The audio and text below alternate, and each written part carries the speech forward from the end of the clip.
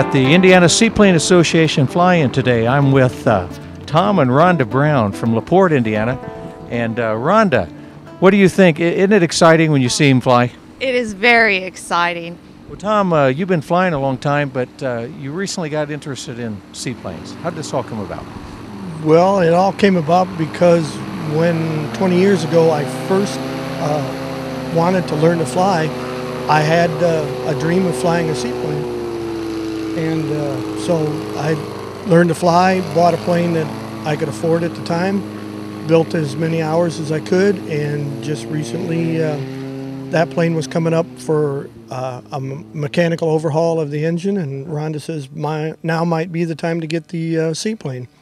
And so sold the other plane, put some money together, went down to Florida, got my seaplane rating, and looked around while I was down there, picked out one I liked, and flew her, and had somebody fly at home. Did you go to the Jack Brown Seaplane Base? Jack Brown Seaplane Base. That's about the best place to go to do this, isn't it? Except they wouldn't give me the family discount, and I tried. Tom, Sport Pilot. This is an airplane that is included in Sport Pilot. Tell us about your airplane. Well, it's a 2007 Searey. I'm the third owner. It was damaged at one point and rebuilt by Paige Lynette, who was one of the two guys who started the Searey Corporation originally. And most of it is, like I said, 2007. And the weight is least enough that it does qualify under Sport Pilot, but I am flying under just a regular category right now. Well, give us the numbers on this airplane. Well, it's a 100 horsepower Rotax engine in it. It cruises on a good day at between 75 and 80. There's a lot of drag from things hanging out, but I can land anywhere, water or land, and it only burns about 4 gallons an hour, and it runs car gas.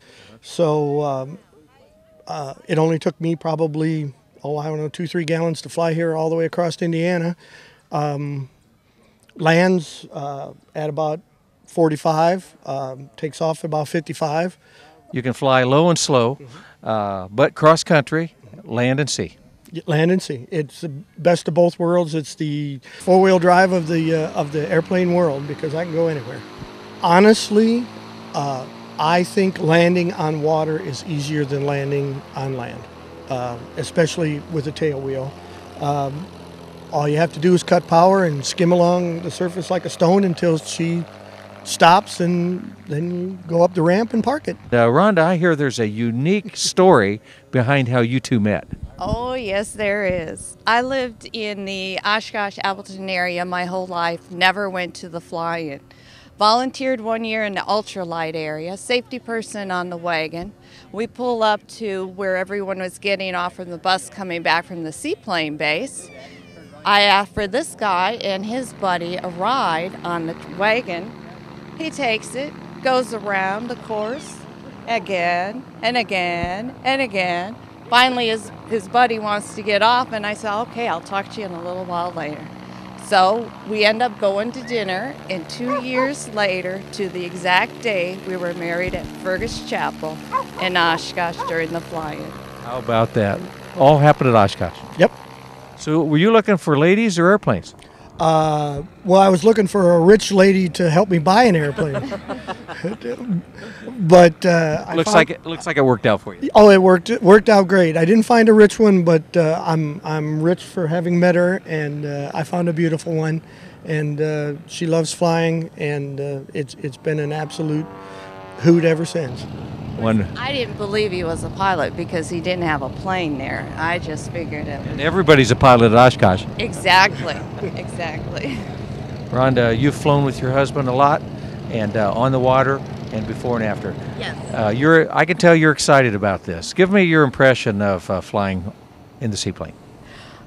Oh, the first time that he took me up in the plane and we did a splash and dash, and we just skimmed across the water and then back up into the air, it was just magical. It was so much fun. It's just better than any carnival ride I've ever been on. Well, we appreciate both of you sharing your airplane with us today, and we'll see you on the water. Okay, thank you. Rhonda and Tom Brown from Laporte, Indiana.